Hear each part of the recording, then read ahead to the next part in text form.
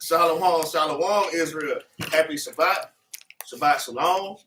All praises to the Most High. First off, we're going to give all praises to the Most High, man, for leading us into another wonderful Saturday. Hallelujah. Hallelujah. All right. This class is entitled Watch Your Mouth. Watch your mouth. I want to put an extra word in there. I kind of got in trouble putting extra words in one of my things. I'm just keeping it PG. Watch your mouth, man. Hey, and that's a very important thing. One thing about our scriptures, you know, I'll be talking to a Muslim girl that sit next to me, and you know, everything about Islam is just carnal. I always go back to the spirituality. Our Bible teaches us spirituality and not carnality. Okay, learning how to carry ourselves. Okay, so and one of the biggest things is our words, man. Okay, we have to be held accountable for our words. Okay, so that's what we're going into. That's why this title is called Watch Your Mouth. All right, we're going to start off. We're going to jump right to this thing. All right, we're going to start off with 1 Samuel chapter 31 from the top. It's the book of 1 Samuel chapter 31, verse 1. Now the Philistines fought against Israel, and the men of Israel fled from before the Philistines and fell down, slain in Mount Gilboa. And the Philistines followed hard upon Saul and upon his sons. And the Philistines slew Jonathan and Benaniyah and Mount pursued Saul's son. And a battle went sore against Saul, and the archers hit him, and he was sore wounded of the archers. Then said Saul unto his armor bearer, Draw thy sword and thrust me through. Okay. So Saul was wounded by archers of the Philistines. Okay, and okay, go ahead, keep reading. Lest these uncircumcised come and thrust me through and abuse me. Okay, so Saul he knew that he was done for. You know what I'm saying? And he didn't want, but he was still living. You know what I'm saying? He didn't want the enemy to come up to him and just do all kind of things to him. You know, he tortured him, doing all kind of things to Saul. So he told his armor bearer, "Hey, thrust through me. Hey, man, end me, man. Okay." All right, read. But his armor bearer would not. And he said, "Lie." You know what I'm saying? Nah. How could you do that to your king, though? You see what I'm saying? Go ahead, keep reading. For he was so afraid. He was so afraid, which you should be. You see what I'm saying? All right, read. Therefore, Saul took a sword and fell upon it. And when his armor bearer saw that Saul was dead, he fell likewise upon his sword. Man, that's loyalty right there. Nah, king ain't gonna do it. King Saul understood that. King Saul put himself to death. He fell on the sword. Then his armor bearer did the same thing. All right, read. And died with him. He died with King Saul. Read. So Saul died, and his 3 sons, and his armor bearer, and all his men that same day together. They all died together in the same way. Man, go ahead, read. And when the men of Israel that were on the other side of the valley, and they that were on the other side, Jordan, saw that the men of Israel fled, and that Saul his sons were dead, they forsook the cities and fled, and the Philistines came and dwelt in them. Okay. Go ahead, keep reading. And it came to pass on the morrow, when the Philistines came to strip the slain, that they found Saul and his 3 sons fallen in Mount Gilboa. And they cut off his head, and stripped off his armor, and sent into the land of the Philistines round about, to publish it in the house of their idols, and among the people. And they put his armor in the house of Ashtaroth, which is actually where Easter comes from. Okay, it's a false god, man. All right, read.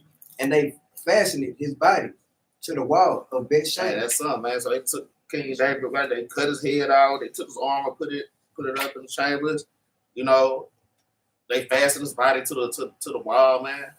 You know, go ahead, read.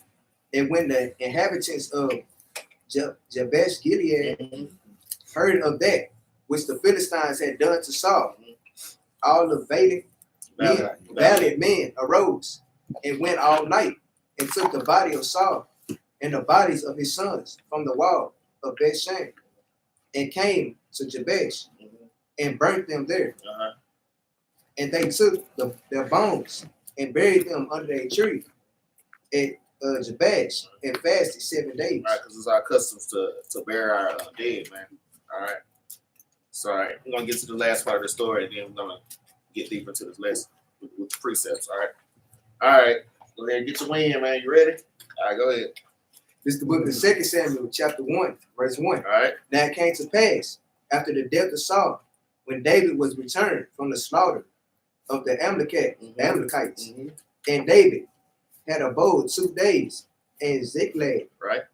It came even to pass on the 3rd day that, behold, a man came out of the camp from Saul with his clothes rent and earth upon his head. And so it was, when he came to David, that he fell to the earth and did obeisance. Okay, so this man came into King David's camp, you know, clothes all ripped up, dirt all in his head, you know, and he fell down to David, right? Read. And David said unto him, from whence comest thou? David like, where you coming from, man? All right, read. And he said unto him, out of the camp of Israel am I escaped. And David said unto him, how went the matter? I pray thee, tell me. And he answered, that the people are fled from the battle, and many of the people are fallen and dead. And Saul and Jonathan, his son, are dead also.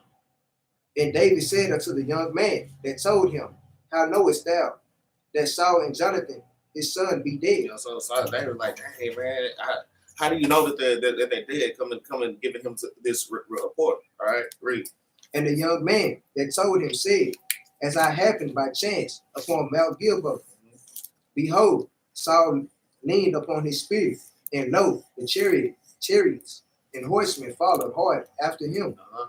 And when he looked behind him, he saw me and called unto me, and I answered, here am I. Okay, so here's this guy. You know, he's actually lying because we just read how Saul died. I mean, he's telling a half truth, but he's putting himself in a situation where he should be putting himself. Okay, go ahead, read. And he said unto me, who art thou? And I answered him, I am an Amalekite. He said, I'm an Amalekite. All right, read. He said unto me again, stand, I pray thee, upon me, and slay me, for anguish is come upon me, because my life is yet whole in me. Read. So I stood upon him and slew him. He did what?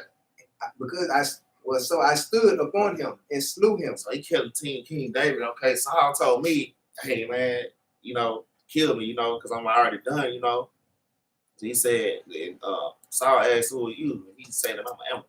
So this is actually like the heathen, man. Okay. So he's telling King David, I stood upon him and slew him. All right, read. Because I was sure that he could not live after that he was fallen. Right. And I took the crown that was upon his head and the bracelet that was on his arm, and have brought them hither unto my Lord. Then David took hold of his clothes and rent them, and likewise all the men that were with him. You know, because although, you know, Saul was an enemy to David, but the Lord teach us to love our enemies, man, of our nation. So it did grieve David to learn that his brother was dead, man.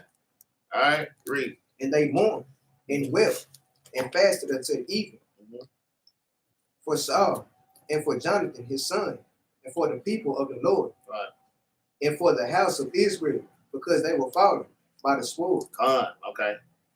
Now this is the last point of the story, and then we're gonna move to the precepts. Go ahead, read. And David said unto the young man that told him, whence art thou? And he answered, I am the son of a stranger, an Amalekite. So David like, who are you? So who are you? He don't this dude don't understand what he got himself into. Okay, he really don't know who he's standing in front of, really. You see what I'm saying? All right. And he said, I am the son of a stranger, an Amalekite. Okay, read.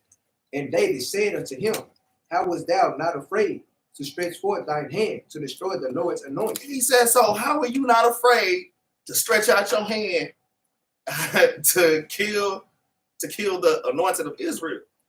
Even Saul's own armor bearer was afraid, and he wouldn't do it. Much so more of a heathen. King Saul said, "How are you not afraid to stretch out your arm to kill the Lord's anointed?" All right, read. And David called one of the young men. David said, "Hey, y'all, come here." All right, read. And said, "Go near and fall upon him." They said, "Man, go there and cut his damn head off." I mean, he come to me telling me this like he bringing good news to me, man. Obviously, this Amalekite didn't think everything all the way through, man. All right, read. And he smote him that he died. He smote him that he died. You know, hey, we don't play no. Even though Saul tried to kill David many times, hey, we don't you don't touch the children of Israel. Should not have gobbled his tongue against the children of Israel, man. All right. So I just want to start it off with this story. You know, you have to really consider your ways, man. You have to consider your ways, consider your thoughts, man. Because anything that comes out the heart, that's what comes out of your mouth, man. All right. Let's kick it off with James chapter 3. We're gonna start at verse 1. Get to these precepts. Can I get something on Yeah. that? Go ahead. Get it. Just a quick precept. Proverbs 20. Damn, I lost it. Proverbs 27 and verse 2. As you were saying, basically that fool got himself in trouble with his mouth. Let's say two, I guess. This is the book of Proverbs, chapter 27 and verse 2. So this is what, if he really was like, you know, you grew up in the neighborhood, it's always a pretender. Right. It's always that one dude, he want to be from the hood, he not really from the hood, but he talk about it. Right. Yeah, he was there when they was doing this. Right. He wasn't really there. He heard it from somebody else who was there. Right. Something to that effect, right? And so this what this dude was in Samuel. So give me that Proverbs chapter 27 verse 2. This is the book of Proverbs, chapter 27 and verse 2. Let another man praise thee. Say that again. Let another man praise So thee. let someone else say you did that. Right. Because you running around saying it yourself, and then it's not even the full truth. That's what got him slayed in the first place. Read on. Matter of fact, start from the top. Let another man praise thee, Read on. and not thine own mouth. Not your own mouth. Read. A stranger, and not thine own Let a lips. stranger say something about you, not your own man, not even your own lips to speak that kind of pride out. You know, yeah, I'm the one who did that. Listen, man. And man, you see people bragging like that all the time too. You know, man, that was a great precept on that note right there. Okay, yeah, that was right on point. All right, let's get James chapter 3, and we're gonna start at verse 1. This book of James, chapter 3, verse 1. My brother, be not many masters, knowing that we shall receive the greater condemnation. Yeah, man, don't try to put yourself at the head of everything. Don't be trying to be number one in everything, okay? Because that means that everybody's looking at you, and everybody's listening to you, everybody's watching you, everybody's pretty much judging you, man. All right, read. For in many things we offend all. For in many things we offend all. You gotta be careful. All right, read. If any man offend not in word, the same is a perfect man. See, that's how powerful words are. It says, if any man offend not in word, the same is a perfect man. Okay? Read. And able also to bridle the whole body. Right. Okay. Yeah. Keep reading. Behold, we put bits in the horses, or the horse's mouth. So we put bits in the horse's mouth. You know what a bit is? The thing that go in the horse's mouth. You know, and then you kind of turn the horse and make it go wherever we want to go. Okay. It says, behold, we put bits in the horse's mouth. Read. That they may obey us. They may obey us. All right. Read. And we turn about their whole body. They will turn about the whole body. Man, the things that you say direct your paths at times, man. Let's get a quick precept on that. Let's get Psalms chapter 32 and verse 8. Oh, shoot. Okay, I'll praise. Oh, you must have got it written right there too. Yeah. Shoot, you want to bring it out? Yep. Go ahead, bring it out. You gotta be there, man. All right. All right, go ahead. 32nd Psalm, 8th verse. Mm-hmm. I will instruct thee and teach thee in the way which thou shalt go. I will guide thee with mine eye. Be ye not as the horse, or as the mule, which have no understanding, whose mouth must be held in with bit and bridle, lest they come near unto thee. Right. Read on. So now you start right there. It says, "Be ye not as the horse or as the mule, which have no understanding." Sometimes we just be just flapping our gums and just going whichever way. Mouth just flapping everywhere.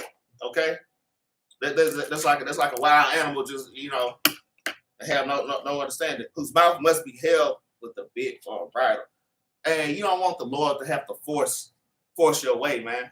Okay, you want to have some kind of discipline, some kind of self control, man.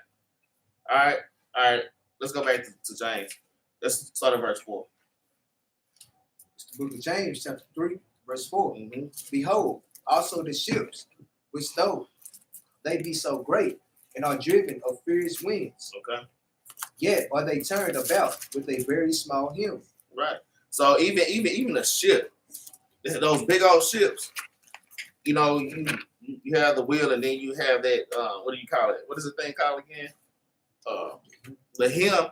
It's a little rudder that's under the water. That one little thing controls where that whole ship goes, man. One little bitty piece. All right. So the same thing as your tongue, man. All right. Go ahead and read that. Whithersoever the governor listed, even so the tongue is a little member, Okay. and boasted great things. The tongue is a little member and boasted great things. Just like the governor or that rudder is a little member, and it causes that ship to turn this way and that way. The same thing is your tongue, man. All right.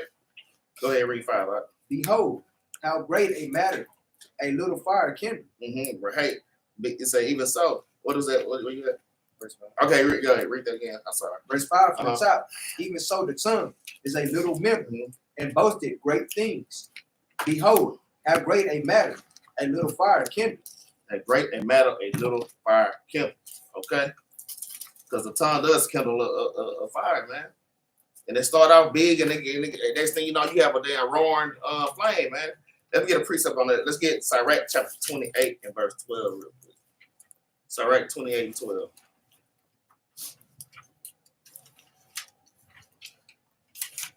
I have to understand, man. All right. Sometimes when you see a fire start, man, don't just keep putting fuel on that fire. Some people get to run in their mouth and they just can't stop. They just keep digging a hole for themselves. All right, read. Sirach chapter 28, verse 12. Read it out. If thou blow the spark, it shall burn. If thou do what? If thou blow the spark, it shall burn. Blow the spark, it shall burn. Okay? You already got this little spark. You blow on it, that spark is gonna burn. That fire is gonna grow. All right, read. If thou spit upon it, it shall be quenched. Spit upon it, it shall be quenched. Meaning, if you just close your mouth in this situation, if you keep your mouth closed, this fire, man, you can put that fire out. Man, that fire don't have to grow, man. But sometimes in our own pride, in our own ignorance, leaning upon our own understanding, we just let that fire grow all out of control. Go ahead and finish it out. It shall be quenched, and both these come out of thy mouth. Both come out of the mouth. The spark and the spit comes out of the mouth. Okay? The spark and the spit comes out of the mouth. The spark starts stuff, and the spit put it out. Okay? All right, I just want to get a precept right there. Let's go ahead. Let's get verse 6. It's the book of James, chapter 3, verse 6. And the tongue is a fire, a world of iniquity. The tongue is a what? And the tongue is a fire, a world of iniquity. The tongue is a fire. It's a world of iniquity. Man, I'm saying the tongue, the Lord is saying, is his own world, man. Okay? That's how serious that this thing is, okay? A world of iniquity. Read. So is the tongue among our members. That is the foul, the whole body. Your tongue, the foul, the whole body. You sitting up, just saying things, you blaspheme the name of the other Lord, or you literally causing stuff literally coming out your mouth to cause you to be harmed, man. All right, read. It set it on fire, the course of nature. Set it on fire, the course of nature, man. In fact, I had a precept on that. That's why I had that 1 Corinthians chapter. It set it on fire, the course of nature. And go ahead, keep reading. And it is set on fire of hell. And set on the fire of hell, okay? All right, it says, I'm going to read 6 myself. And the tongue is a fire, a world of iniquity. So is the tongue among our members, that it defileth the whole body, and setteth the fire of Salakia, and setteth on fire the course of nature. It's not good to be a natural person. Okay? We are spiritual beings. Our scriptures teaches us to be spiritual. Okay? Go ahead and go to 7 now. Verse 7. Yeah, we're gonna read all the way to 12. For every kind of beast, and of birds, and of serpents, and of things in the sea is tamed. Okay?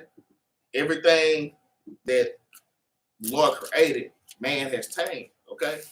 Especially Esau. Tamed everything. All right? I got everything locked up in the zoo, doing all kind of experiments, doing brain transplants on it. It tamed everything. Go ahead, read it out. It has been tamed of mankind. But the tongue can no man tame. But the tongue can what? But the tongue can no man tame. The Lord said, but the tongue can no man tame, man. This is a serious thing, man. All right? The tongue can no man tame. Read. It is an unruly evil. This is an unruly evil, man. Let me get Jeremiah chapter 17. Full of deadly poison. It's full of deadly poison. Let me get Jeremiah chapter 17 and verse 9. All right. Back to this. All right. Yeah. I'm going back. 17 and is that 9 or is that 4? Yeah, there you go. This is the book of Jeremiah, chapter 17, verse 9. Bring it up. The heart is deceitful above all things. It says the heart is deceitful above all things. Read. And desperately wicked. Desperately wicked, man. The heart is wicked. All right. The mind is wicked. All right. Who can know it? Who can know it, man? All right. I just want to get that precept, because it first, the things that come out of your mouth, first you think on it, and then it comes out of your mouth. You know, that's why you have to watch your mouth. You have to guard your tongue at all times. You have to be mindful of these things. All right. Yeah, go ahead, bring it. Can I get Isaiah 50 and 4? Because like we can't sit there and get it twisted, because we got some people that talk for their vain help, but of us that's trying to keep the law, statutes, and commandments, this is what type of tongue the Most High gives, because he ain't dealing with that foolishness that they is talking about. Bring it out. This is the book of Isaiah, chapter 50 and verse 4. The Lord have given me the tongue of the learned. No, he gave us the tongue of the weak. The Lord have given me the tongue of the learned, on. that I should know how to speak a word in season to him that is weary. So, with that being said, like the Most High, he always sit there and show us. That's why he gives us spiritual discernment to know when a person is down, or to know when to like just let that person be until he cools down, or whatever the case may be. But we don't. He wakeneth morning by morning. So he waketh us morning and morning. Go ahead. He waketh up my ear to hear as to learn. So he sit there and have our ears open to like know what we should do and what we shouldn't do when it comes down to these law, statutes, and commandments. So that's a great precept, right? That's a great precept on that thing. Yeah, go ahead and get 5 then. I was looking at that. Yeah. Verse 5. The Lord hath opened my ear, and I was not rebellious. And I was not what? And I was not rebellious. So, hey, we know a lot of brothers out here, even when we out there on the streets, they are rebellious. But like, see, all praise to the Most High. He got us sitting there trying to learn and not be rebellious like we once was. But we don't. Neither turned away back. Neither did what? Neither turned away back. So obviously, hey, we up here, man. So, you know, we ain't turned our back on the Most High. At one point we did, but I mean, hey, everything is done in its due season. But that's it on that. That was great. That was a great precept. All right, let's let's go back to James. We're gonna start at chapter 9. It's the book of James, chapter 3, verse 9. Bring it up. Therewith, bless we God, even the Father, and therewith curse we men, which are made after the similitude of God. Read. Out of the same mouth proceeded blessing and Because curse. out of the mouth proceeded blessings and curses. All right. Out of our mouth, we can give praises or blessings, and we can give curses, man. All right. And man, these things follow us, man. All right. That's what I say. After it says, and therewith cursed we men which are made after the similitude of the Lord. Y'all have to understand that we are made of the image of the Lord, man. So the things that we speak can actually happen, man. All right. So that's why we have to be careful, man. We are children of the Most High. We can't don't just be running your mouth because you will get judgment. Okay. All right, read. My brother, these things are not so be. See, so to be. okay. See, because it said out of the same mouth proceeds blessings and curses. It shouldn't be like that. And this is why. Go ahead, keep reading. Doeth a fountain send forth at the same place sweet water and bitter? So if you had I'm gonna use a water fountain. I'm gonna literally use a water fountain. If you go to a water fountain, you drink it out of that water fountain. There's fresh water coming out the water fountain. All of a sudden, there's salt water coming out, just like that. I mean, they don't add up. Either that fountain has salt water in it, or either it has fresh water in it. Okay. Either that lake is a freshwater lake, or either it's a saltwater lake, man. All right, read. Can a fig tree, my brother, bear olive berries? Can a fig tree bear olive berries? Is that right to see a fig tree? It's a fig tree. It's figs growing out of this side of the tree. You see apples or something coming out the other side of the tree. It just don't make sense. All right, read. Either a vine figs, Either a vine figs. so can no fountain be both yield salt water and fresh. Can no fountain yield both, man. Okay. What comes out of your mouth it's like your fruits, man. Okay. If a person see you, it's just, man, like, okay, I'm gonna give y'all an example. This is one sister in my job. This is new girl from Mississippi, and just, she loud and just just cussing or whatever, and you can just see what type of person you are, man. She's not. I mean, she's a straight nigga woman. When I look at her, nigga woman, and you would never know it if she didn't open her mouth. Because at first I'm like, damn, what she all right? She just stayed quiet. But boy, when she opened her mouth, it's just unruly evil coming out, man. That's why I say, All right. On that note, go ahead. Let me get some out of James. Go back to verse 5. Okay. Read that one. In the book of James, chapter 3, verse 5. Even so, the tongue is a little member. So it's a little member. I don't care what you look at on your body. Your tongue is probably the smallest muscle movement unit on your body. Go ahead. And boasted great things. It can talk big, just like we just read the brother pulled out in Samuel, where he was talking big. He was boasting great things and got slayed for that. Read. Behold, how great a matter a little fire kindled. Like how great. You ever think about how sometimes you ever get to that one argument or that one disagreement and it start over the smallest word, the simplest word, something that you really didn't even intend or mean to happen in that manner? And you say, damn, even right in the middle of the argument, you be thinking, how did we even get here? Read that last line one more time. How great a matter a little fire kindled. Okay, because that's what that tongue could do, right? Give me Proverbs chapter 12, verse 8. Just to precept that real quick. It's the book of Proverbs, chapter 12, verse 8. A man shall be 18, excuse me. 18. This is the book of Proverbs, chapter 18, verse 12. Before destruction, the heart of man is exalted. Chapter Proverbs 12, verse 18. Excuse me. Oh, this is the book of Proverbs, chapter 12, verse 18. Yes, sir.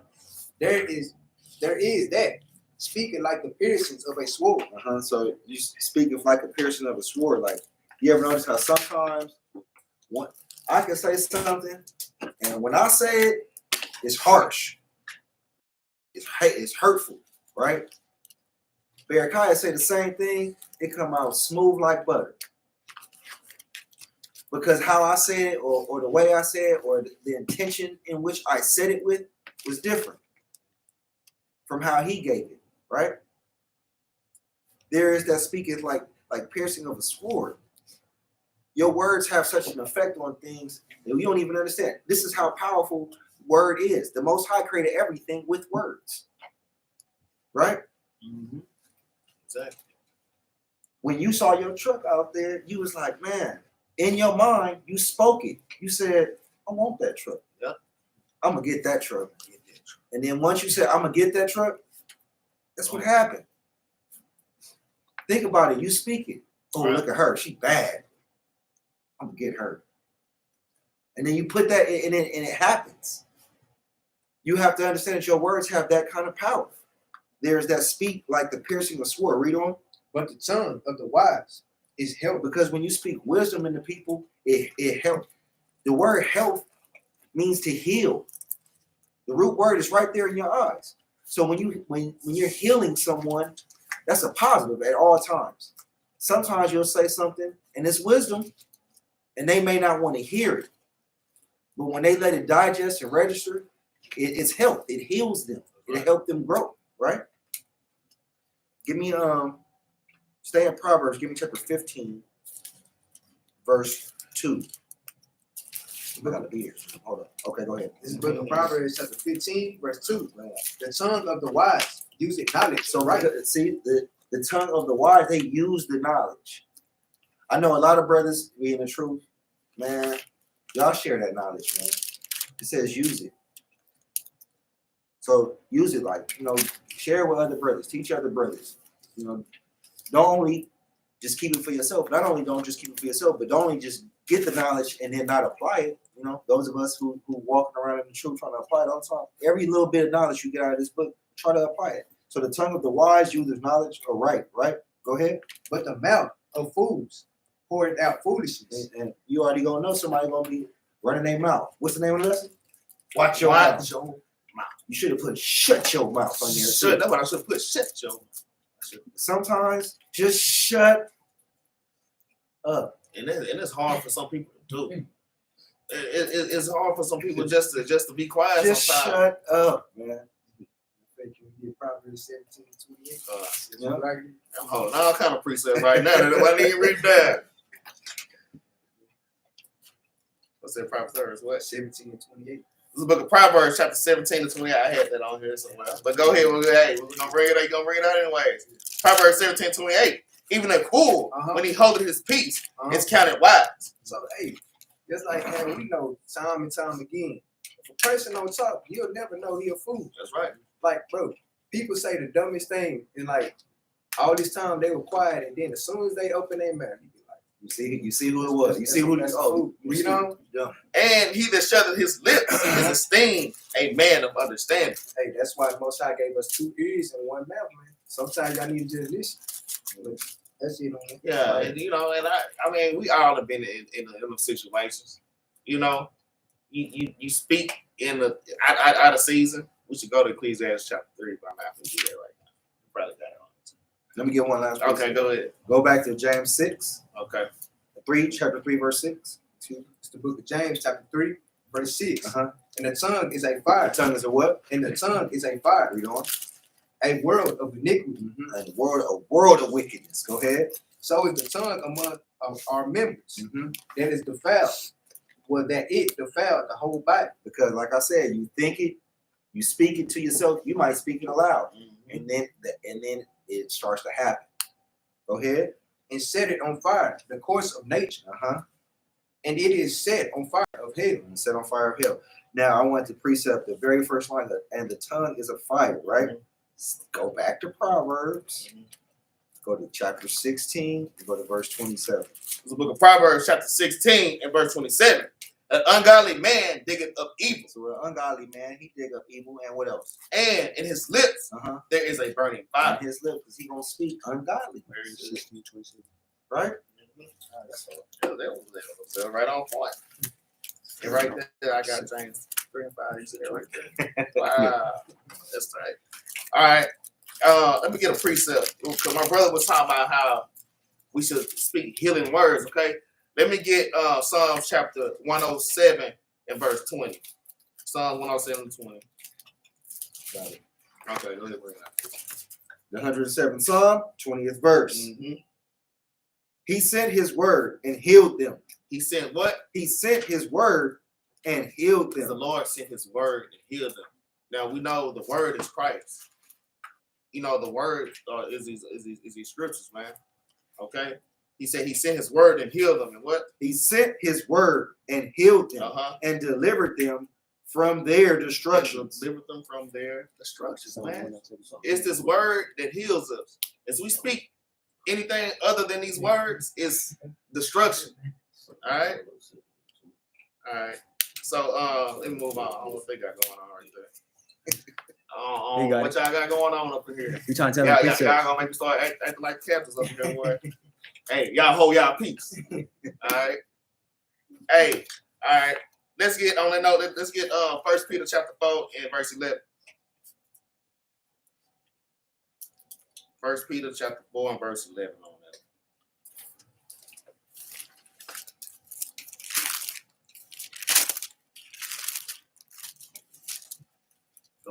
We have to keep these things in consideration, man. It's important to, I was just telling my son, man, hey, it's important to apply these scriptures to our life. We have to apply the scripture. You're not just in here just to learn precepts and just to learn the Bible, man. This is our life. We're supposed to live our life like this. Okay? Yeah, well, hold on. Let me give a quick example of what I'm saying. So he said that his granny, one of his grannies called him from West Texas, they was talking or whatever. And she asked him about something about the Bible. You know, my son he's learned now. So he said, hold on, Granny, you know, let me get this, let me get the scripture. So he went from scripture, he was talking. He didn't realize she had hung up the phone in his face. I asked him, so son, how did you feel when she did that? Well, at first I was like, I don't know. Then, you know, I just had mixed feelings. Like, really, you're not supposed to have mixed feelings. Why should you have mixed feelings? What precept can we use?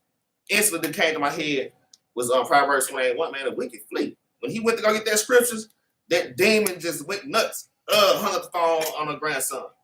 Just wicked, man. Your granny wicked, man. I said, hey, you shouldn't have mixed feelings, man. Hey, these scriptures are telling you, man, this is spiritual warfare, okay? All right? Going into the James 3, where it was saying, you know, the natural side of the tongue, man, that fire, man. Hey, we are spiritual beings, all right? We have to live spiritually. We have to live by these scriptures, man. All right? We have to apply these scriptures to our life. Even how we speak to people, these scriptures teach us how to communicate with each other. There's hundreds of scriptures in here on that subject. You see? So yeah, you like I told my son, you shouldn't be surprised about certain things. When you speaking all out of line and somebody slapped the mess out of you, you know, you shouldn't be surprised that happened. But the Lord tell you, soft answer, in paraphrasing, cools down wrath. All right? All right, let's get to this 1 Peter chapter 4 and 11. This is the book of 1 Peter chapter 4 and 11. All right, read. If any man speak, let him speak as the oracles of God. No, speak however that you feel in your natural carnal heart. Let him speak as the oracles of God. It says speak the oracles of God, all right? We speak these words or speak like these words, man. All right? Read. If any man minister, let him do it as of the ability which God gives. So it says if you minister, even if you at work, you don't literally have to read the Bible to people. But if you ministering, you're talking to people, do it as the ability that God gives you. And this is your ability right here. You have to conduct yourself even in your speech. All right? Read. That God in all things may be glorified. Because that's letting your light shine, man. Like, damn, man, this dude is wise as hell. You know, you have to consider your own words, man. There's a right time to say certain things, and there's a wrong time to say certain things. There's a right time to speak. There's a time to speak. It's just time just to be quiet, man. All right, read. Through Yahweh Shah, to whom be praise and dominion forever and ever. Right, man. Because y'all gotta understand, man. We're here to represent the Most High. We are the leading nation on the earth. We're here to teach people how not to be beasts. It's just animals, man. Like I say, like that one sister from Mississippi, just like an animal, man. B. Like they don't even know you like that. That's how that nigga woman sound. That's how that nigga woman sound. Like, damn, she just, you know. And our people are just, man, our people are, man, we're destroyed for lack of knowledge. Because we lost our way. There's a way that we're supposed to conduct ourselves. All right? All right. Let's get precept. Let's get Isaiah chapter 8 and verse 20. Isaiah 8 and 20.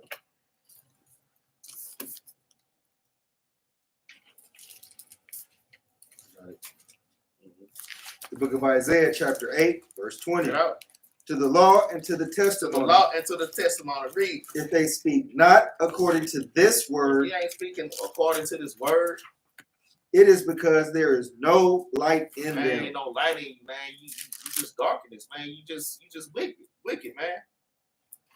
And not literally going word for word what the scripture's saying, but the scriptures also teaches you how, like I say, how to conduct yourself.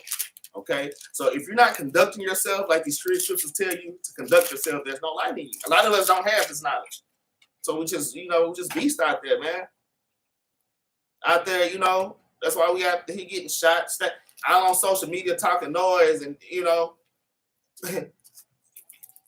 man, people are getting killed on social media just from running their damn mouth, man. I mean, it's crazy, man. Words is a world of iniquity, man. It's a world on its own, man.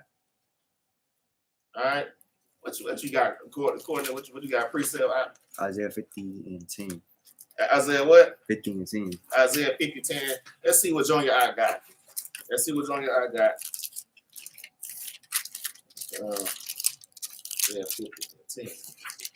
Okay, go ahead. Bring it out. This book of Isaiah chapter 50, verse 10. Bring it out. Who is among you that feareth the Lord, So who was among you that fears the Most High God? Read. that obeyeth the voice of his servant? That obeyeth the voice of his servant. Right.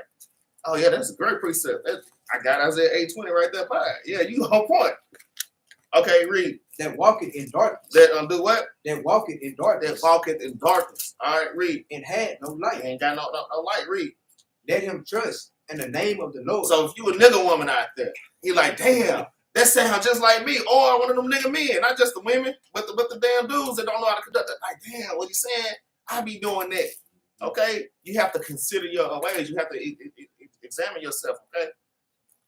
It says, "Who is among you that feareth the Lord, that obeyeth the voice of his servant, that walketh in darkness?" Okay, and have no light. You don't know nothing about the scripture. It said, "Let him trust in the name of the Lord." Okay, and what's the end of that? And stay upon his God. And stay upon his God, man. We have to come back to these laws, statutes, and commandments, man. We have to let our light shine.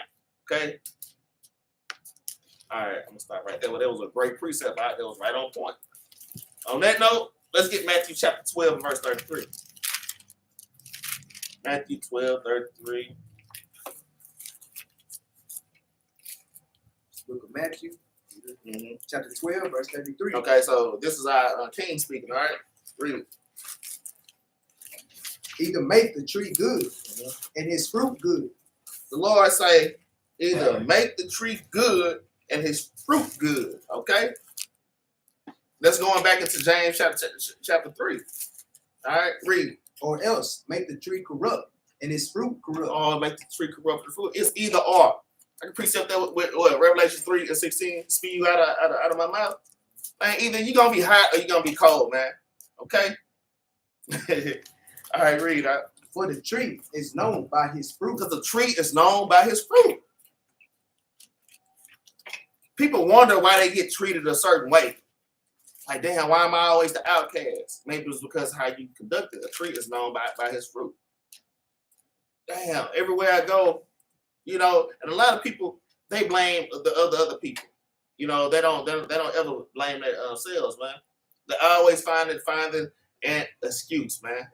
All right, maybe it's you. Maybe it's the fruit that you produce. The actions that you taking and the things that are coming out of your mouth are probably wicked, man. All right, keep reading that. O generation of vipers, Mm-hmm. how can ye, being evil, speak good things? Man, you can't be an evil man and speak good things. Some people do have things, but they snakes. Like, you got why? It's just snakes like that. Christian pastor. Chris, I was just thinking about y'all those things. Hello, friends. Just love each other. But really, I don't like you niggers down there, but you just keep getting me here, man. That's what's really going through his head. The precept of it, what's that Psalms 55? You know, yeah, 55 and 20. You know what I'm saying? We ain't gonna go there. All right, go ahead, keep reading that. For out of the abundance of the heart, Mm-hmm. the mouth speaks. Okay, so that's the precept because I kept paraphrasing. The abundance, for the abundance. Read that again. Verse 34 from the Uh-huh. top. O generation of vipers, Uh-huh. how can ye, being evil, Mhm. speak good things? Read. For out of the abundance of the heart, the mouth speaks. But out of the abundance of the heart, the mouth speaking. So it's the things that's in your heart that comes out of your mouth, man. That's why you got to make sure that your heart stay pure, man. You have to make sure that you're meditating on these scriptures all day. This is your life, man. All right. And really, I could go back and precept that with Jeremiah chapter 17, verse 9. The heart is deceitful. You have to understand that. That's why you don't lean on your own understanding, man. All right. All right, go ahead, keep reading now. Verse 35. Mhm. A good man out of the good treasure of the heart bringeth forth good things. Mm-hmm. And an evil man out of the evil treasure bringeth forth evil things. Right. You know, a good man out of good treasure of the heart brings forth good things, and the evil man out of the evil treasures bringing forth evil things. It is what it is. Your actions are shown by your fruit, man. It is what it is, man. All right. Like I say, you know, you're not gonna see a dog and collar a cat. It's just not true. It's not possible. Well, with Esau, okay, I ain't gonna go there. But anyways, all right, go ahead, keep reading, dog. But I say unto you that every idle word, That what? that every idle word Because okay, go ahead, keep reading. that men shall speak, Mm-hmm. they shall give account thereof. See, every idle word that you speak, you're gonna get judged for that thing. People think because judgment don't come speedily that they getting away with things, man. All right, go ahead, keep reading. In the day of judgment. Uh-huh. For by Yeah, keep reading. thy words Mhm. thou shalt be justified, Uh-huh. and by thy words thou shalt be By condemned. your words you will be justified, and by your words you will be condemned, man. Okay? Let me tell you another story. I love telling co-worker stories. That's why I spend most of my time at work on the plantation. So I have plenty of those.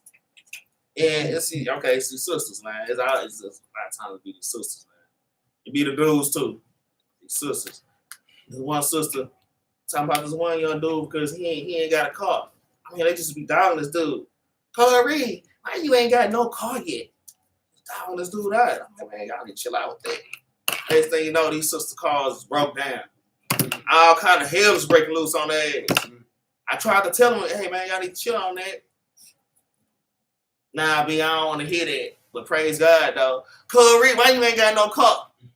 Hey, all hell broke loose on these sisters, man. Hey man, the Lord judge y'all for these things, man.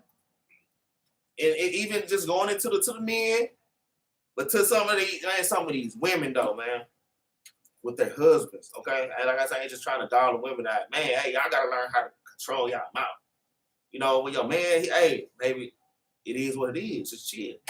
And you gonna get judged for that, man. Hey, y'all gonna get judged for that. All right? I want judgment not come speedily. Hey, man, the Lord is coming for you, man. The same thing with these dudes, man, because there's some dudes, especially with the social media. I ain't finna call certain names, but hey, stay off social media. And people won't be trying to beat you up all the time. All right? You won't be ducking and dodging. Stop. I'm talking about addicted to being on there. I'm behind the keyboard. I'm talking, Lord, I'm a gangster right here. But when I get in front of these niggas, I'm on the ground getting stumped out. And the tongue is a fire in the world of iniquity, man. It's real. You can lose your life, man. All right? Then we finished. We got to read 37, right? You done with that? Y'all know what that? Yeah, you got something? Go back, read verse 35. Mhm. Matter of fact, start at 34. Book of Matthew, chapter 12, verse 34. O generation of vipers, how can ye, being evil, speak good things? So how do you speak this? Right? Go ahead. For out of the abundance of the heart, Out of your mind, the mouth speaketh. you speak what you think. Guess what? It also, matter of fact, go ahead, read on. A good man out of the good treasure of the heart So out bringeth of, forth out, good out of things. his mind, he brings forth good things. Read. And an evil man out of the evil treasure, bringing forth evil The evil things. man bring forth, out of his mouth, he bring forth evil things. Go to Philippians 4 and go to verse 8. I'm bringing that out because one thing that we do, and understand that this is how this works, that it's everybody, a lot of people, especially if you're in fitness or you're an athlete, you worry about your diet. Your diet is concerning what you take into your body, right? The food you take in your body to nourish your body. Well, understand that sometimes what we watch or what we listen to, the conversations we have, that's your mental diet. So you take this in. You talk to the homie. All he talking about is flipping some birds and robbing a dude, and you know what? He always on the gangster. And guess what? And then y'all get in the car and y'all listen to gangster rap. Eventually, you're not even gonna mean to, but you're gonna slip up and speak some gangster talk, or you're gonna want to have a gangster walk, or at least the look, right? And so, out of the, you got to consider what your mental diet is. So we got to learn to think on the things that's gonna set us aright or set us on the right path. Give me that Philippians chapter 4, verse 8. This is the book of Philippians chapter 4 and verse 8. Finally, brethren, whatsoever things are true. So with the truth, go ahead. Whatsoever things are honest. Go ahead. Whatsoever things are just. Okay, so you got to think on justice. Just means being fair, being balanced, right? Now I know that we may have favor towards our loved ones, but we got to have some balance in all things, and that balance may be you telling a loved one when they're wrong or when they're going in the wrong path or they're going in the wrong direction, right? It may be you telling them like, hey, you know what? Sometimes it's you being like, man, that's my bad. I'm sorry, I didn't mean to do that. I didn't mean to say that, right? You gotta be just. Go ahead. Whatsoever things are pure. Go ahead. Whatsoever things are lovely. The lovely things. And the root word to lovely is love. We already understand that if we doing love, then that's Leviticus 19, where we're supposed to love our brother as ourselves, right? Rebuking our brethren when we see them going on. The other love is when you love the Most High by following the commandments, right? Go ahead. Whatsoever things are good. Go ahead. Whatsoever things are of good report. What things are of good report? That's simple. Law, statutes, and commandments. These things are of good report. That's You're not right. trying to. I know that we worry about our performance on the job. I know that we worry about the kind of parent we're gonna be, the kind of husband or wife we're gonna be. We worry about all these things, and we try to go at these things with so much vigor, so much zeal, so much effort, right? But worry about the things that are a good report with the Most High first. This is why Christ says, "Seek ye the kingdom of heaven." Right? Go ahead. If there be any virtue, Righteousness, and if there be any if praise, there's anything to praise, think on these things. do what? Think on these things. One more time. Think on these So you got things. to consider what you putting in your mind, because what you think, that's what we just read where Christ said, what's in your mind, that's what's gonna come out of your heart. And what's gonna come out your heart is what's gonna come out your mouth. And we just read how, what did it say? That the tongue is like unto a fire. It's like a fire. Come on, man. You either gonna heal or you gonna burn up. You either gonna build or you gonna break down. So we got to use our tongue, as the scripture said earlier. The wise man uses knowledge, right? So we got to use that knowledge to build. We got to use that knowledge to heal. Right. We also got to use it to break down some things. The brothers always say we got to break away these strongholds, right? So yeah, we got to do that too. But we got to think on these things, the things that are right, the things that are pure, things that are lovely, things that are of good report. That's the things that we got to think on, so that way that mental diet kick in and these things come out of our mouth. Like I said, you think it, you speak it, and then it manifests. Go ahead. Hey, let's go get verse 9. It says, those things which ye have both learned and received and heard and seen in me, do. And the God of peace shall be with you. Okay, so hey, like I say, you have to apply these scriptures to your life. When they say walk like the Lord, man. Do what he do. Say the things that he say, man. Okay. I'm gonna get a precept because I was hitting on some points up here when it was saying whatsoever are lovely, whatsoever are good, what's good, okay? What's lovely, what's just. Okay? it goes into the law. Like I already said it, but we're gonna prove this, okay? Let's get. I'm just read this Romans chapter 7, and I'm starting at verse 12. It says, "Wherefore the law is holy, and the commandment is holy and just and good." Good. I thought you was gonna pull it out. Right. I was reading. Yeah, I started to. You know what I'm saying? So, like, he's right, man.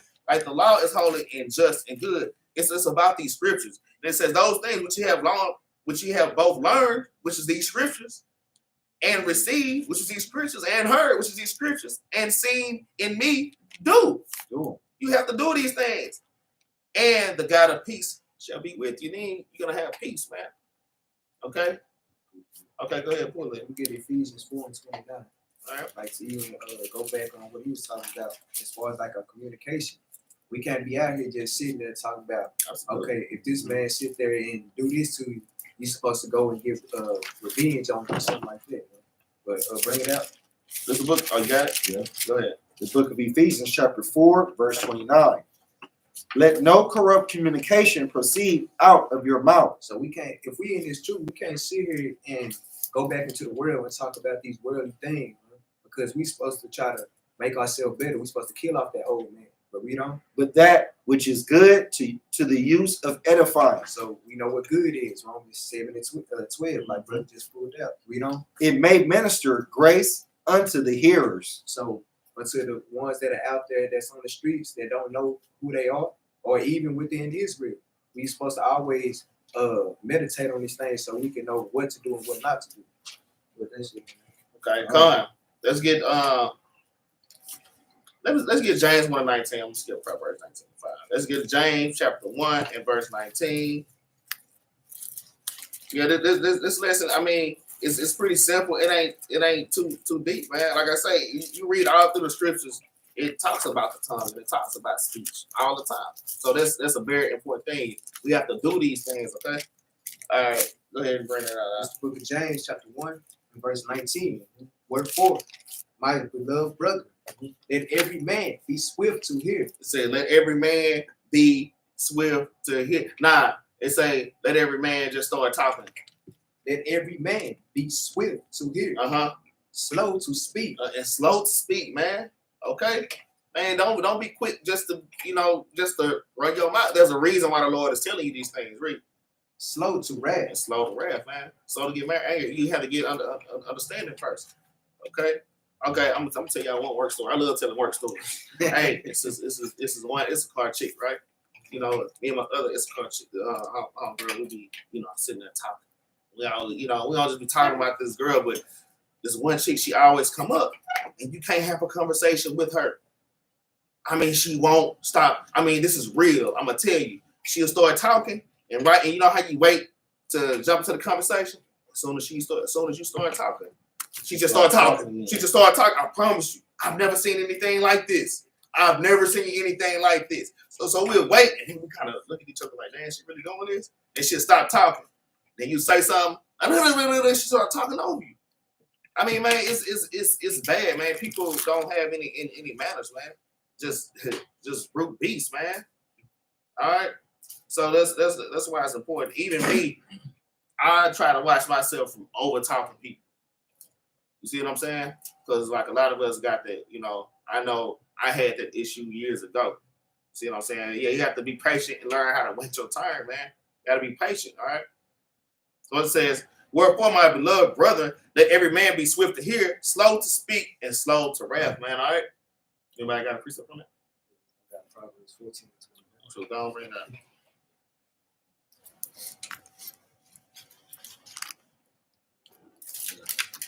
Okay. The book of Proverbs, chapter 14, verse 29. He that is slow to wrath is of great understanding. So he that don't just easily get mad about any and everything, and like he sit there and try to think on the thing before he try to act. He has great understanding. But he that is hasty of spirit exalteth folly. So hey, when you do those things, man, you exalt folly. You start going off whenever you just go based off how you feel or whatnot. Is it? We don't. Oh, good. Go. Where we at again? 14 and You can read 30. 30. What's it? 30? A sound heart is the life of the flesh, Uh-huh. but envy the rottenness of the bones. Same thing. We gotta have a sound heart in this thing. We can't just be out here doing envy and everything. And then it says, but envy, the rottenness of bones, man. Hey, so you right on the inside, man. If you're over here doing these things that you ain't supposed to, or like feeling some type of way about certain things. But that's it. Let's get 1 Peter chapter 3 and verse 15. Okay. First Peter, yeah, let's be slow to slow to speak, to be quick to hear, y'all, and slow to anger, right? Let's get that first Peter. Whichever one, yeah. This is the book of 1 Peter chapter 3, verse 15. Check it out. But sanctify the Lord God in your hearts. But do what? But sanctify the Lord God in your hearts. Sanctify the Lord God in your hearts. Do we need to go get that precept? Nah. But keep reading. And be ready always to give an answer. And be ready always to give an answer, man. All right, read. To every man that asking you Right. a reason of hope, of the hope. You see, and that's going back to 1 Peter 4 and 11, man. You have to use the oracles of the Most High God. He gives you direction in how to speak and how to minister to people, man. All right, you just don't do it however that you want to do it, because it ain't gonna be right. It ain't gonna come out right. All right. Yeah, finish it out. That is in you with meekness and fear. With meekness and with fear. And that fear part, you know, that's going back to the laws, man. Follow the Lord's instructions. Okay. All right. Precept. I'm gonna get a precept for that. I'm gonna get Sirach chapter 5 and verse 12. Oh no, man. Sirach chapter 5 and verse 12. Sirach chapter 5, verse 12. Mm-hmm. If thou hast understanding, answer thy neighbor. Okay, because the previous precept, it says, be always ready to give an answer. All right. Read that again. Verse 12 from the top. Mm-hmm. If thou hast understanding, Mm-hmm. answer thy neighbor. If you have understanding, answer that neighbor, man. If you have that understanding. All right, read. If not, lay thy hand upon thy mouth. If not, do what? Lay thy hand upon thy mouth. If not, lay thy hand upon thy mouth, man. If you don't know what's going on, are you speaking about something that you don't know about, you're going to end up looking like a fool, man. All right? Always be ready to give an answer, but if you don't know what's going on, man, it's okay to just stay silent. Just shut your mouth, man. And actually, you're gonna look wise. You'll look more wiser just by saying, you know what? I don't know. Let me call one of the captains and see, or let me just do the research real quick. All right. Go ahead and read the next verse. Verse 13. Verse 13. Honor and shame is in talk. Because honor and shame is in talk. Just like that spark and that spit. Okay? You got the spark and you got the spit. All right? Honor and shame is in talk. Read. And the tongue of man is his father. The tongue of man is his father. Okay? These things is real and it's serious, man. Like your mouth and your actions can get you into a lot of trouble. All right? Somebody got something on that? Okay. Let's get Proverbs chapter 15 and verse 1. Are you all right there? Oh, okay. Oh, praises. I was too. Oh, shoot. You gotta get y'all in the you gotta spirit. be there, man. Y'all are more in the spirit than I am. All right. Let me bring it out. Just the book of Proverbs, chapter 15, verse 1. A soft answer turneth away wrath. You hear that? Read that again. A soft answer turneth away wrath. A soft answer turneth away wrath. Okay? And that's real, man. Read. But grievous words stir up anger. Now, how many sisters, man, we see that all the time, man. You know, there has to be a just balance with the things. Even in a marriage situation, man. Hey, if your spouse is going out, you don't go out too. You know, that's not hey, it has to be a balance with this thing. Somebody has to stay in the spirit, man. And it's better just to give a soft answer. I'm gonna give a coworker example real quick. Okay, coworker, she be telling me little things. Oh, man, like, sometimes I do just be going hell off. You do it all the time. But you know what I learned to do? Just to be like, Okay. All right. And eventually he started feeling stupid. He kind of just put his head down and just walk out, man. You know, it has to be a just balance in this thing, man. And even me, I use that. Sometimes it's hard. Sometimes it's hard because you want to go out and be like, shut up, B. I mean, you feel it in you, man. All right? But that's being carnal. That's being natural, man. There has to be a just balance, man. You can't just go off like that. All right? Read that again. Verse 1 from the top. Mm-hmm. A soft answer, turn it away Hey, wrath. a soft answer to turn it away wrath, y'all. Hey, this precept, even before I was in the truth, this is one of my favorite precepts, man. And this is something that I practice because a soft answer does turn away wrath. Read. But grievous words stir up anger. And the grievous words stir up anger. It's a lot of fights and stuff, a lot of killings and stuff that has happened. It didn't have to happen if one person was like, all right, brother, you know, if I did anything to offend you, I'm sorry, you know, I apologize. But brothers got too much pride. Brothers and sisters got too much pride, man. And it end up, you know, something bad it ends up happening, man. All right, let's get to the next precept.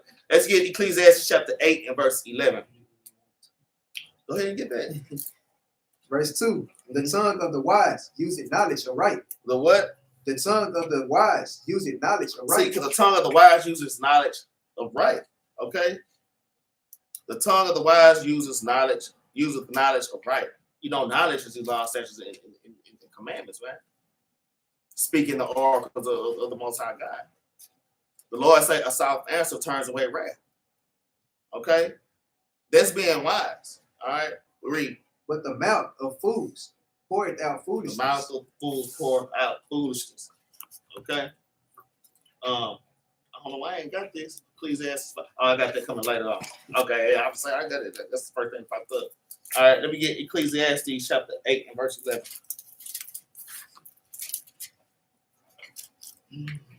It's the book of Ecclesiastes, chapter 8, verse 11. Read out. Because sentence against an evil word is not executed speedily. Okay, so this is one that I kind of want to pull out earlier, man. Because people think that it's okay just to say whatever that they want to say, man. Not knowing when you get down the street, the Lord's gonna flip your car over. All right. Because sentence against an evil work is not executed speedily. Read. Therefore, the heart of the sons of men is fully set in them to do evil. See that? Because we just because we speaking this now and nothing happening. I mean, we think that it's all good, man.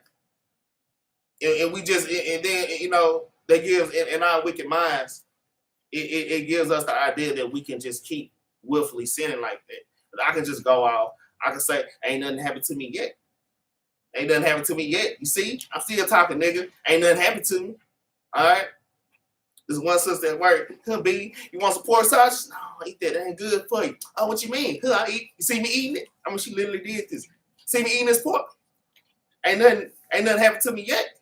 Look at me eating it. She ate it. The very next day, she came to work to eat. I'm not eating pork no more. I don't know what happened to that sister. I didn't even ask her. Man.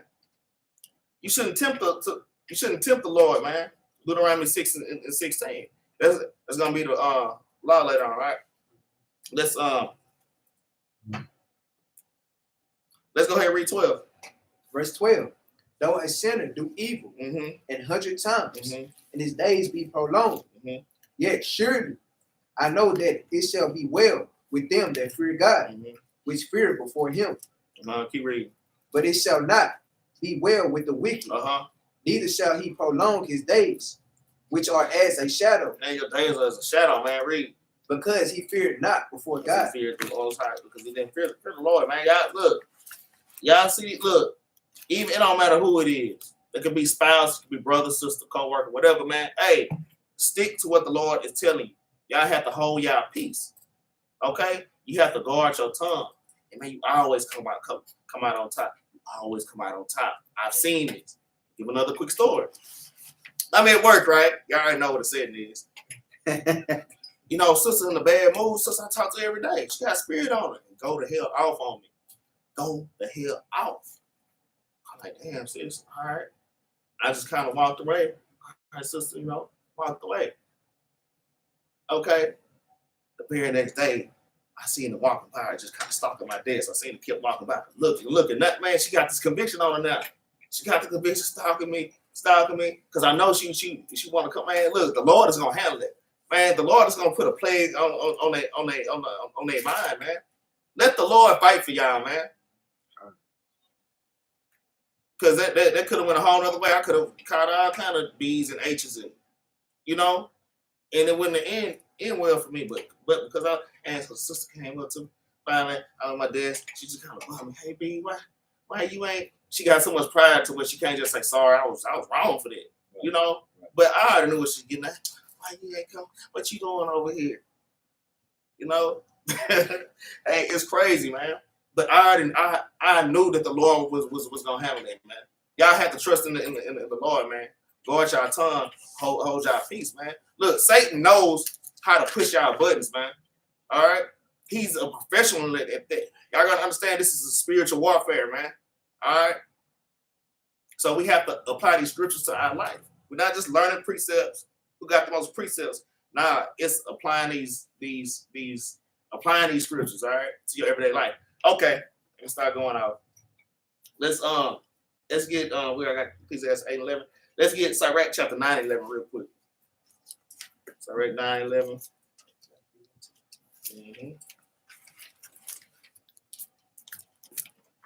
It's the book of Sirach, chapter 9, verse 11. Read out. Envy not the glory of a It sinner. says, envy not the glory of a sinner, man. Read. For thou knowest not what shall be his end. It's not what should be his end. Okay? Read.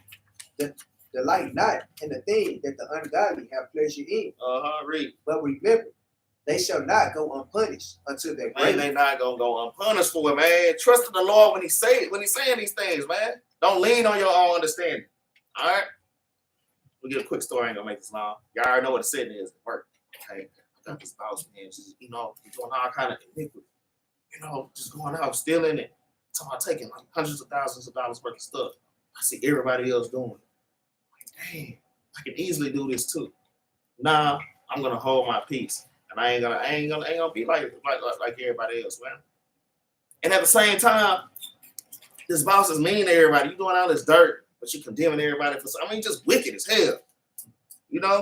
So now, and I'm watching this man right now to this day. He's being tormented. Because now corporate is here down on his ass. He's running around all scared, looking, I'm scared. I'm watching him being tormented every day. And he's finna get fired in a minute. You know what I'm saying? I already know what's coming. Everybody knows what's coming. And it's happening in front of everybody. Okay? Y'all don't know how the Lord gonna have this thing. The Lord know how to deal with people better than you can. He's gonna make it greater, man. Y'all just have to wait on him and be patient, man. So don't be jealous at the glory of a wicked man. Like, damn, he's been doing this for a whole year. Nobody stopped. All right. Is that it on that? Yeah. Let's get Proverbs chapter 19, verse 29.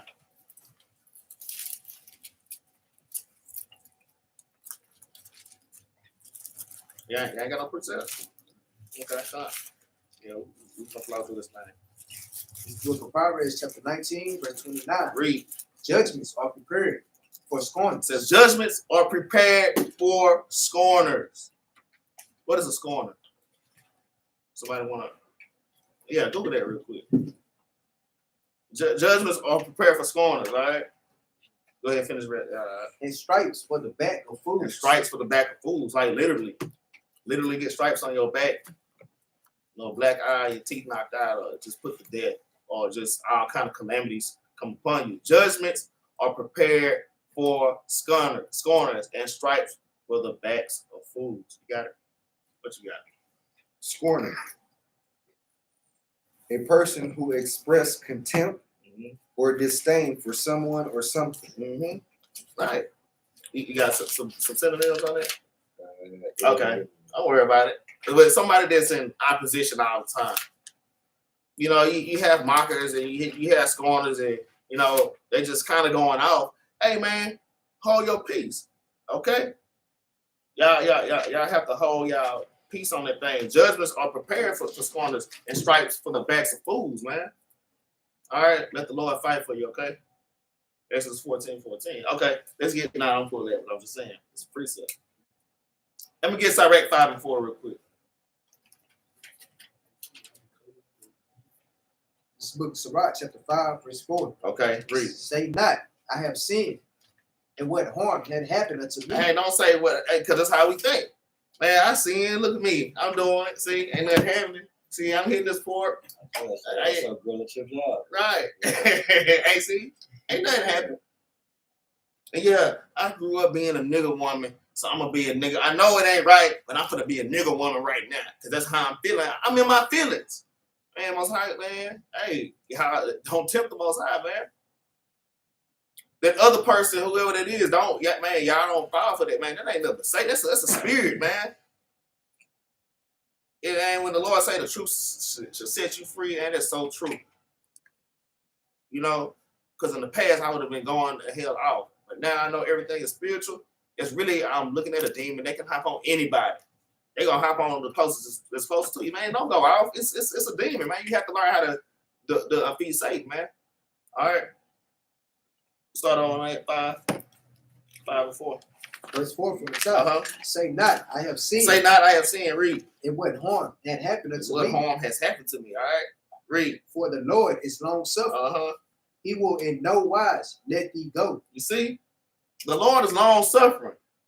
Sometimes, man, he'll wait till your cup fill up to a certain level, and then all hell break loose on you, man. Ain't no telling what he'll do, man. He's the master of terrors, man. He is the master of terrors, man.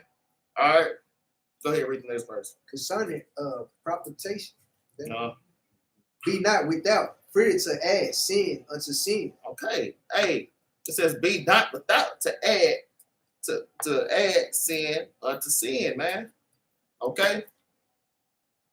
Especially us in this truth, man. Y'all should know better than to do certain things. You have to really learn how to conduct yourself, man. All right. Don't add sin to sin. Somebody else going off with the mouth. Oh, I got to get my vengeance right now. I'm gonna call you all kind of bees and hoes. Next thing you know, he coming out his trunk.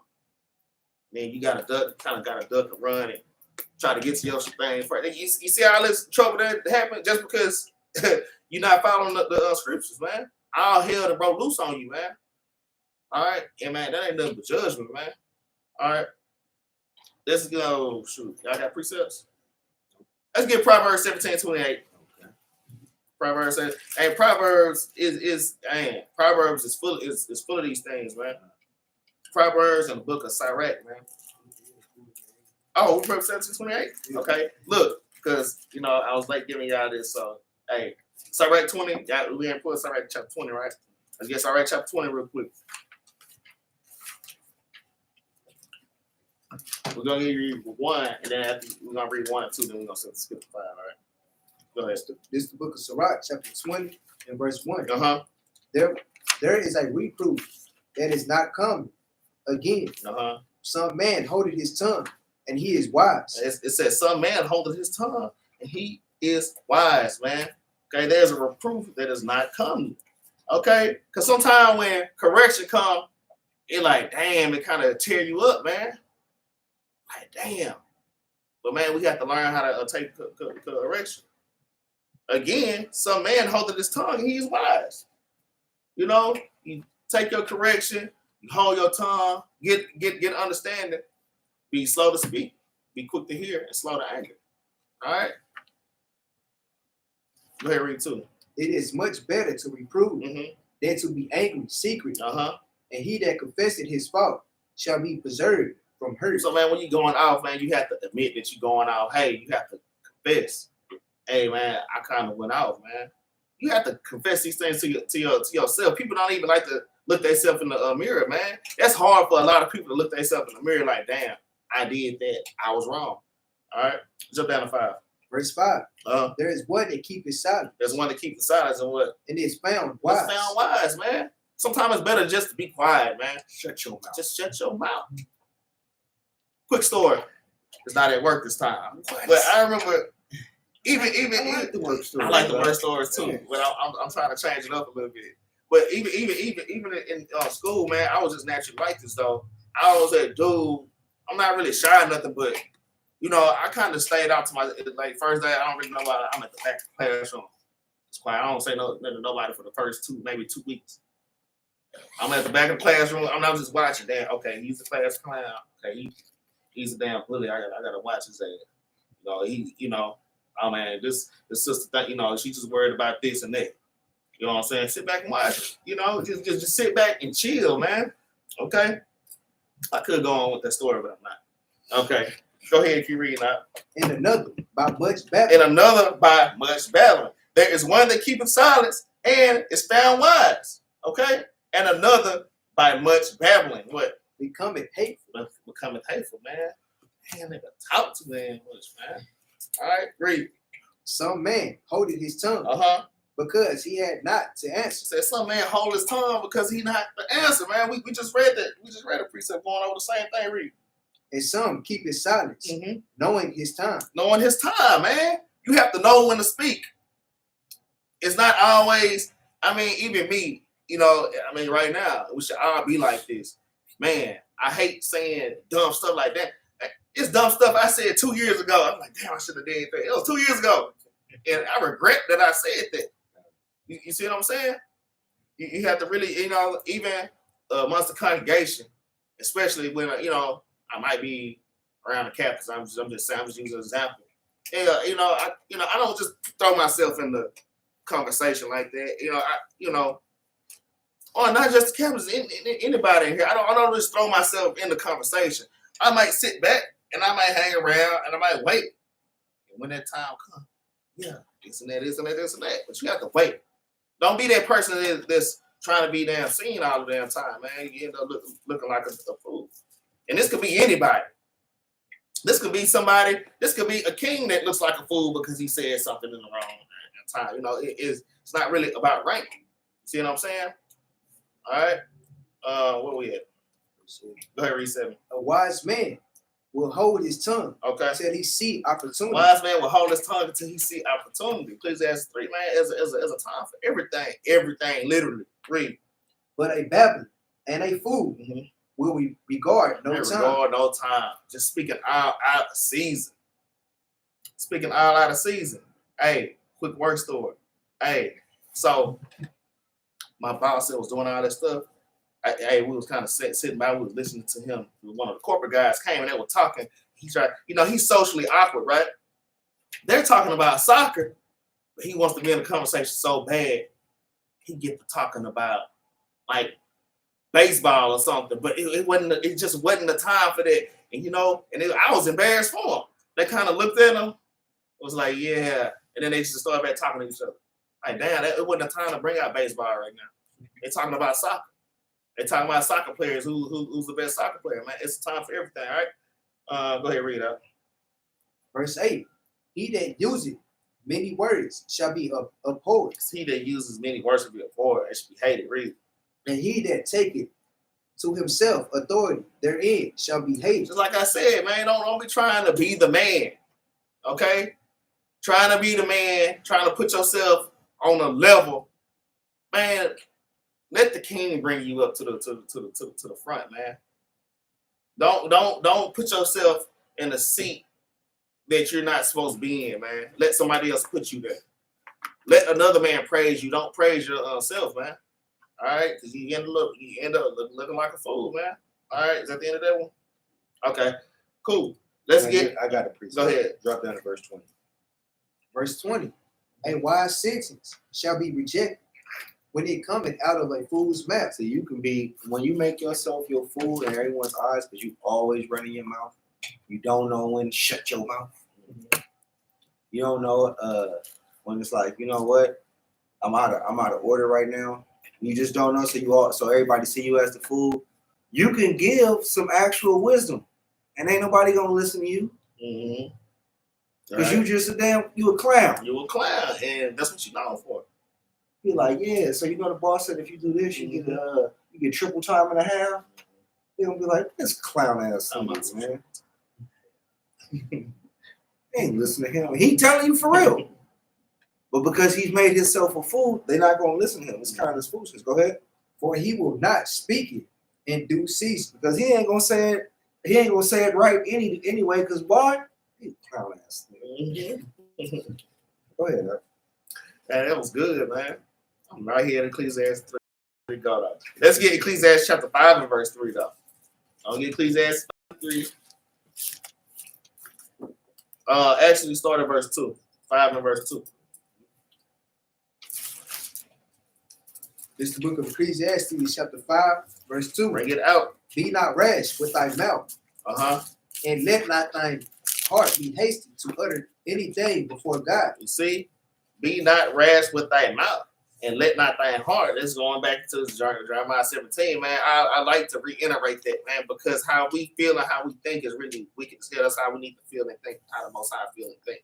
Okay? And he gives you how to feel and think right here with these scriptures, okay? It says, be not rash with thy mouth, and let not thy heart be hasty to utter anything before the Most High God, because, man, let the eyes of the Lord are everywhere, man. All right? It's all right, 23 and 19. So, I mean, you're always, man, the Most High is everywhere. So, you ain't getting away with nothing. Go ahead, finish it out. For God is in heaven, and thou upon earth. Therefore, let thy words be few. Let your words be few. Read. For a dream cometh through the multitude of business. And a fool's voice is known by a multitude of words. Yeah, a fool's voice, straight up. A fool's voice is known by a multitude of words. That's why you gotta watch it. Even me right now, every day, I try to make sure that I'm speaking right. I'm speaking at the right time. I'm not talking too much. You see what I'm saying? I'm not speaking out of season, man. Because you see this precept everywhere. Saying the same thing. A fool's voice is known by a multitude of words, man. And that's fine. I mean, it is what it is, and most of the time it is true. You see a person just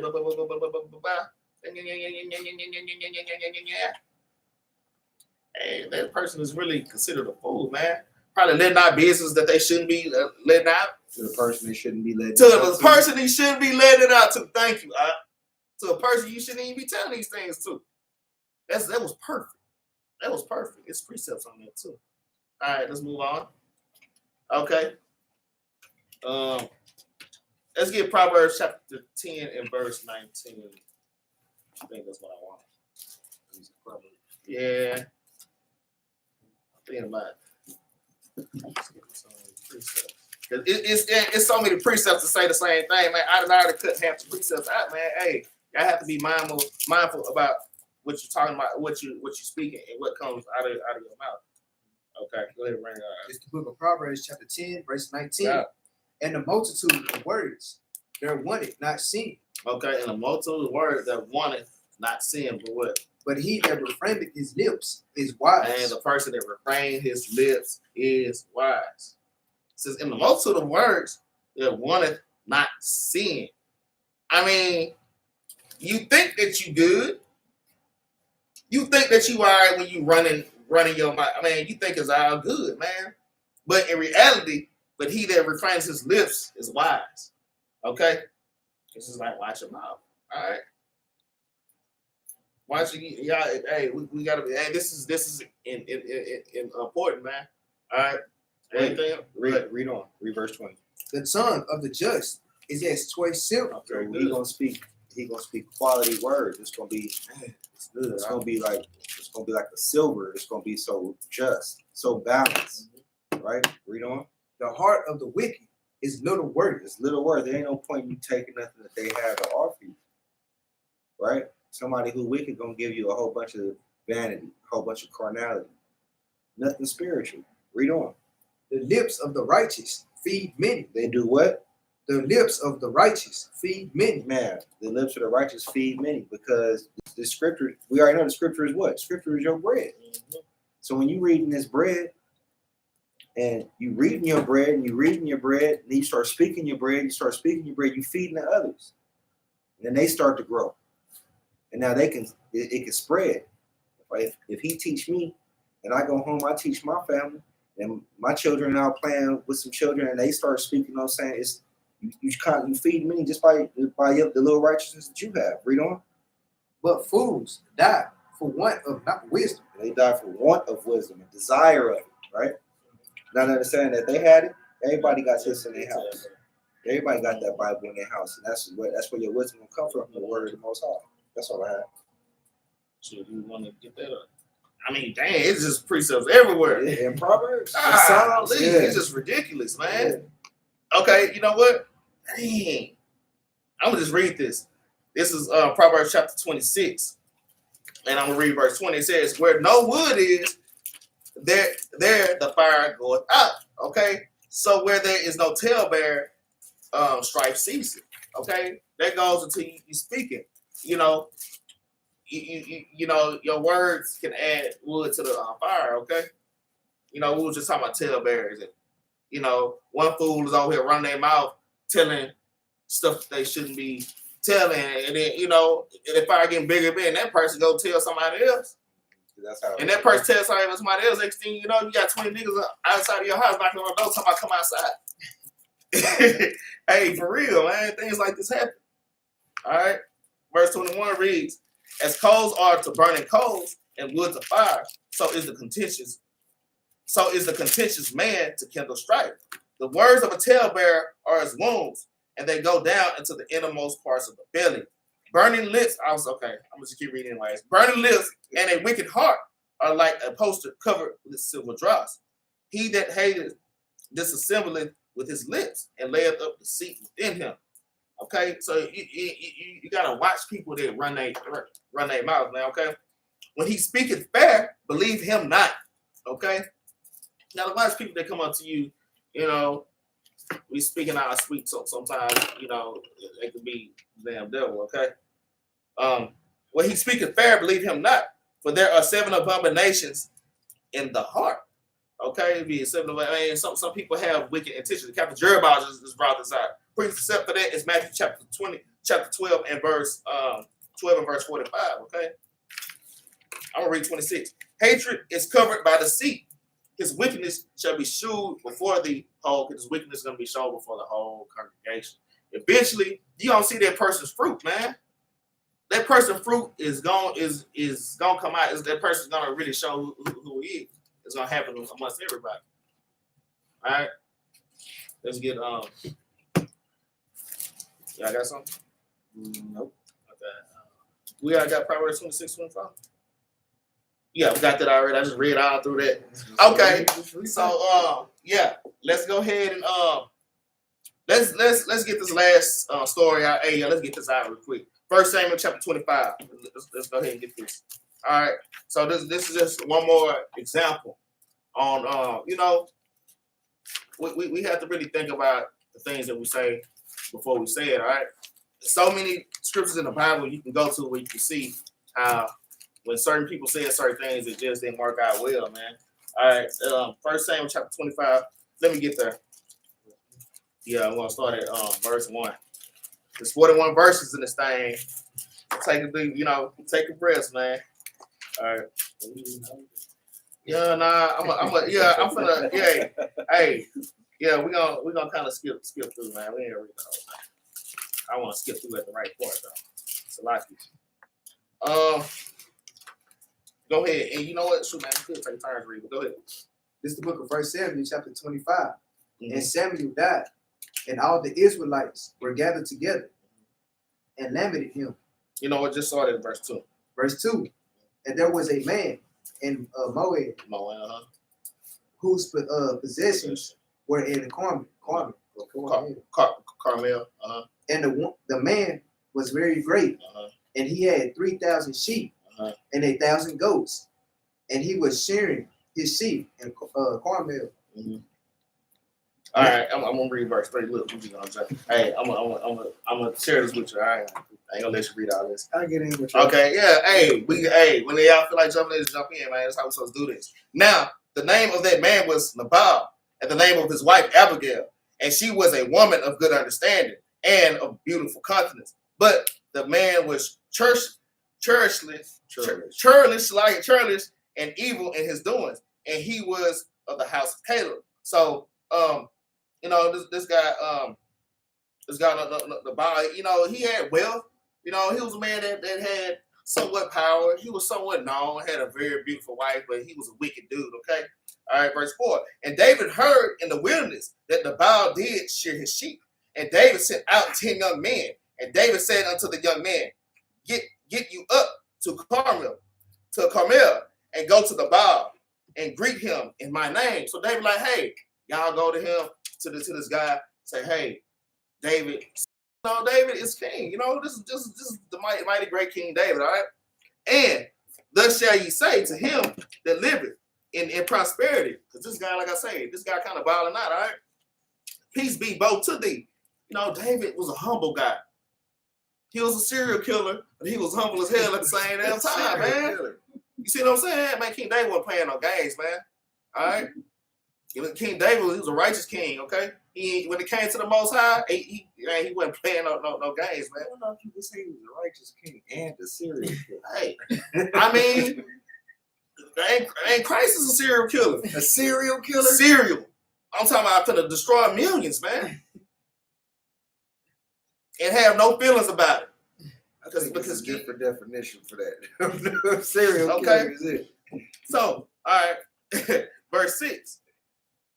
And thus, it's like, and thus shall you say to him that liveth in prosperity, peace be both to thee, and peace be to thine house, and peace be unto all that thou hast. So King David is just coming, he's humble as I don't know what, man, to this man. All right. All right. And notice King David's words, man. They're smooth, man. It ain't no strife. You know, he's not raising himself up to be higher than this man. Okay? Verse 7. And now I have heard that thou hast shears. Now thy shepherds which were with us, we hurt them not. Neither was there out missing unto them all the while they were in Carmel. Ask the young men if they will show thee, wherefore let the young men in favor in thine eyes. When we come in a good day, give I pray thee whatsoever cometh to thine hand unto thy service and to thy son David. And when David's young men came, they spake to Nabal according to all those words in the name of David. Man, they like, look, I ain't hurt, we ain't hurt nobody, we just coming through. David told his messengers what to say. So his message is going to Nabal and giving him this, okay? He's using soft words. Yeah, he's using wisdom, man. He's using wisdom. Everything we just went through, King David is demonstrating this, all right? And when King David's young men came, they spake to Nabal according to all those words in the name of David and ceased. And Nabal answers David's servant and said, who is David? And who is the son of Jesse? Like, man, who is this dude, David? Man, he know who King David is. You see what I'm saying? He's like, who is David and who is the son of Jesse? There be many servants now a days that break away every man from his master. Shall I then take my bread and my water and my flesh that I have killed for my shears and give them unto men who I know not to whence they be? So he's talking about the king. He said straight talking laws of the king. And who are these? Who are these niggas? Man, who is David? Who is David? And why should I give him my water and my food? You see what I'm saying? I got you. Go ahead. 1 Samuel chapter 25, verse 12. Mm-hmm. So David's young men turned their way and went again and came and told him all those sayings. Mm-hmm. And David said unto his men, gird ye on every man his sword. And they girded on every man his sword. Nah, he said peace and love, man. Hey, just let him go. Gird ye on every man his sword. What I'm saying, man, David get ready to do this boy in. I'm saying, man, King David, he ain't playing no games, man. King David ain't playing no games. All right, keep reading. And they girded on every man his sword. All right. And David also girded on his sword. See, he got it on his sword. Because if he can get a piece of him, he want to get a piece of him first, bro. All right, read. And there went up after David about 400 men, and 200 abode by the stuff. But one of the young men told Abigail, Nabal's wife, saying, behold, David sent messengers out of the wilderness to salute our master, and he railed on them. He railed on them. What? Read. That sounds like some Negroes, man. Read. But the men were very good unto us, and we were not hurt, neither missed we anything, as long as we were conversant with them when we were in the fields. They were a wall unto us both by night and day. All the while we were with them keeping the sheep. Now therefore, know and consider what thou wilt do. For evil is determined against our master and against all his household. For he is such a son of Belial that a man cannot speak to him. Then Abigail made haste and took 200 loaves and 2 bottles of wine and 5 sheep ready dressed and 5 measures of parched corn and 100 clusters of raisins. So hey, Abigail, like, man, this is crazy. Like, but he told King David, service that, you know. So now she's the one getting the, you know, all the stuff that David needs. All right, go ahead, keep reading. And 200 cakes of figs and laid them on asses. And she said unto her servants, Go on before me. Behold, I come after you. But she told not her husband Nabal. And it was so, as she rode on the ass, that she came down by the covert of the hill. And behold, David and his men came down against her, and she met them. Verse 21. Now David had said, Surely in vain have I kept all that this fellow hath in the wilderness, so that nothing was missed of all that pertained unto him. And he hath requited me evil for good. Man, because they were like, man, I wouldn't been doing nothing but good, you know. I was upon this man's story. I mean, he really could have just took it, you know, and just had his way, but he didn't do that, man. You want to read it? No, I got it. Okay, go ahead. So and more also do God unto the enemies of David, if I leave of all that pertain to him by the morning light, any that pisseth against the wall. And when Abigail saw David, she hasted and lighted off the ass and fell before David on her face. See, because she knew, man, David was coming to wreck shop, man. David was gonna come through that village and tear stuff down, man. So that's why I get, man. King David had a lot of blood on his hands, man. He didn't play no game. And when it came to evil, he kills evil. If it's evil, I'm gonna kill it. Okay? The same way when Christ come back, if it's evil, I'm gonna kill it. So that's where I get the serial killer from. And it's millions of when he come, he's gonna kill it. He was serial killer. What's the definition of serial? It's like a multitude of numbers. Serial killer, okay? All right. All right, go ahead, keep reading out. What we at? At the line before last one, verse 23. Okay, come on. And fell before David on her face, and bowed herself to the ground, and fell at his feet, and said, Upon me, and said, Upon me, my Lord, upon me, let this iniquity be, and let thine handmaid, I pray thee, speak in thine audience, and hear the words of thine handmaid. Yeah, she said, I fell at his feet, and said, Upon me, my Lord, upon me, let this iniquity be, man. It was, man, that was a wicked thing that came out of that man's mouth, man. And it caused all this trouble. David got suited up like he finna go to war because of what this one man did. But go through just slaughtering, man, and killing, man. You know, because okay, if the master is wicked, how is the rest of the household?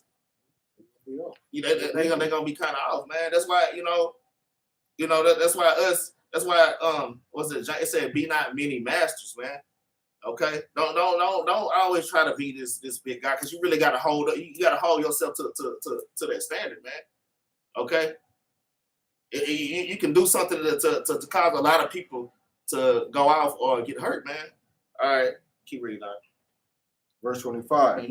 Let not my Lord, I pray thee, regard this man, Belial, even Nabal, for his name is, so is he. Nabal is his name, and folly is with him. Okay, so folly is with him. Okay, hey, my husband, foolish as hell. Jump down to verse 28. Verse 28. I pray thee, forgive the trespass of thine handmaid, for the Lord will certainly make my Lord a sure house, because my Lord fighteth the battles of the Lord, and evil hath not been found in all thy days. Yet a man is risen to pursue thee, and to seek thy soul. But the soul of my Lord shall be bound in the bundle of life with the Lord thy God. And the souls of thine enemies, them shall he sling out, as out of the middle of a sling. You want to let me get it right here. Okay. Verse 30. And it shall come to pass, what the Lord shall have done to my Lord according to all the good that he has spoken concerning thee, and shall have appointed thee ruler over Israel, okay? That this shall be no grief unto thee, nor offense of heart unto my Lord. Either so, she's speaking for her husband, for her wicked ass dude. She the one that gotta fix things, and her words are smooth. Man, she know all the right things to say. Man, she's wooing David, man. All right. Verse 31. That this shall be no grief unto thee, nor offense of heart unto my Lord. Either that thou hast shed blood carelessly, causeless, okay, or that my Lord have avenged himself. But when the Lord shall have dealt well with my Lord, then remember thine handmaid, okay? Verse 32. And David said unto Abigail, blessed be the Lord God of Israel, which sent thee this day to meet me. See that, man? This woman stopped David from doing damage, man, okay? And blessed be thy advice, and blessed be thou which have kept me this day from coming to shed blood. You see that? David come to shed blood. He was gonna kill this man. So he's killing, man. But he's humble, man. David slain righteously, man. David killed with righteous judgment. Just like when Christ come back, he killed millions of people righteously, man. All right? And you kill the wicked. Just like if your child was going out and you kept trying to get him right, you just wouldn't get right, you bring it to the elders and you kill his ass, man. So kill, man, righteous judgment, man. All right? I'm just trying to say, hey, when I say the serial killer thing, it's not these, like these worldly things, huh? Them Edomites, the pedophile serial killers. No, we ain't talking about that, man. All right? Thank you. All right. Be thou which thou hast kept me this day from coming to shed blood, and from avenging myself with my own hand, okay? For in very deed, as the Lord God of Israel liveth, which had kept me back from hurting thee, except thou hast hasted and come to meet me. Surely there had not been left unto Nabal by the morning. Hold on, let me read that again. Verse 34. For in very deed, as the Lord God of Israel liveth, which have kept me back from hurting thee, except thou hast hasted and come to meet me. Surely there had not been left unto Nabal by the morning light, and had passed it that pissed against the wall. Anything that pissed against the wall, is gonna be out of there. Okay, that's why I say come through, kill everything. Yeah. So David received of her. And so David received of her hand that which she had brought him, and said unto him, go up in peace to thy house. See, I have hearkened to thy voice, and have accepted thy person. Okay? So Nabal still ended up dying. Okay? Should we read it? There ain't nobody. Look, I'll read that. I was gonna skip through it, but we're gonna read it. Ain't but a few paragraphs left. Somebody want to get that? I get it. Okay, go ahead and get it. 36, right? 36. Verse 36. Mm-hmm. And Abigail came to Nabal, and behold, he held a feast in his house, like the feast of a king. And Nabal's heart was merry within him, for he was very drunken. Wherefore she told him nothing, less or more, until the morning light. Right.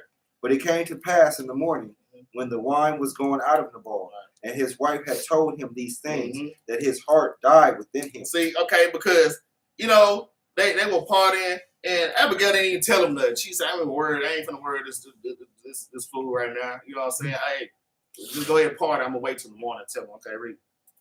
And became as a stone. So his heart died in front of you, his heart died within him and became as a stone. Okay, read.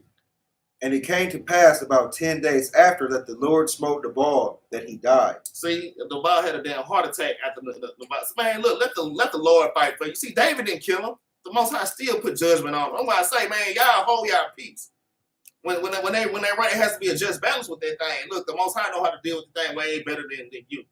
Okay, he's gonna deal with it on a whole other level. That's a great example of that.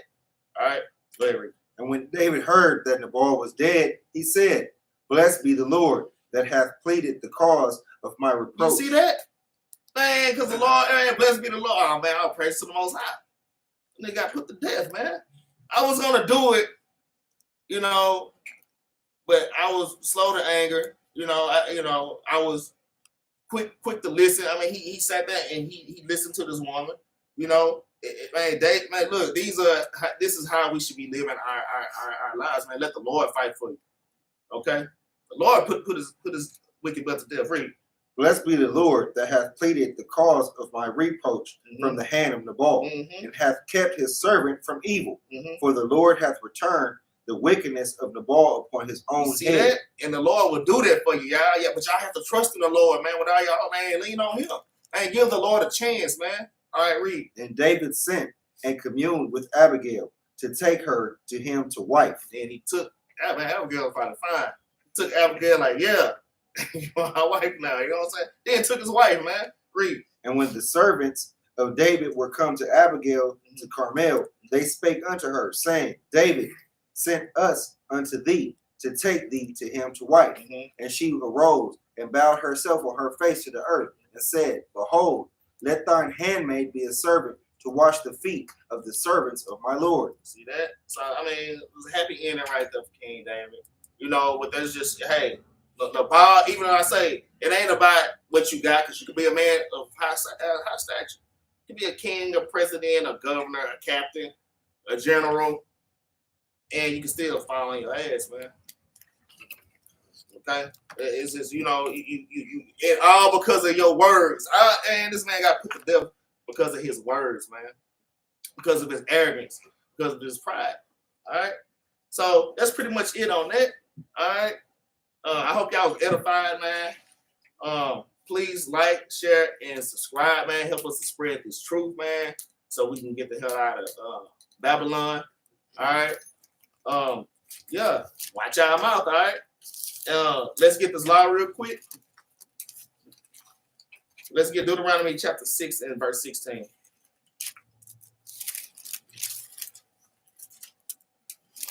The book of Deuteronomy chapter 6, verse 16. Yeah. Ye shall not tempt the Lord your God, as ye tempted him. Yeah, so I'm gonna be like, yeah, you see me eat it? See, you ain't do nothing to me. Or you a man or a woman going to hell out, and you ain't supposed to be going out, but I'm just doing it anyway. Just, I'm just in my feelings, and I know God ain't gonna do nothing to me right now. Don't tempt the Lord, all right? Read. And that's That's right. ye shall diligently keep the commandments of the Lord your God, and his testimonies, and his statutes, which he had commanded thee. 18. And thou shalt do that which is right and good in the sight of the Lord, that it may be well with thee. Let it be well with you, man. Do what the Lord says, look, and it'll be well with you. And you won't get put to death, man. If you do these things, you'll have peace, man. All right, read. And that thou mayest go in the possess the land, and possess the land, the good land which the Lord sware unto thy father. Come on, go ahead, read 19. Might as well. Verse 19, to cast out all thine enemies Cast from out before thee. all thy enemies from before you, man. Follow the Most High God, and he'll keep your enemies at bay. All right, read. As the Lord has spoken. Lord has spoken, man. Don't tempt the Lord. Do what he say. He got your back. He's gonna be able to protect you. Let him fight for you, man. Okay. And with that, Shabbat Shalom, Shalom, Shalom, and watch your mouth. All right.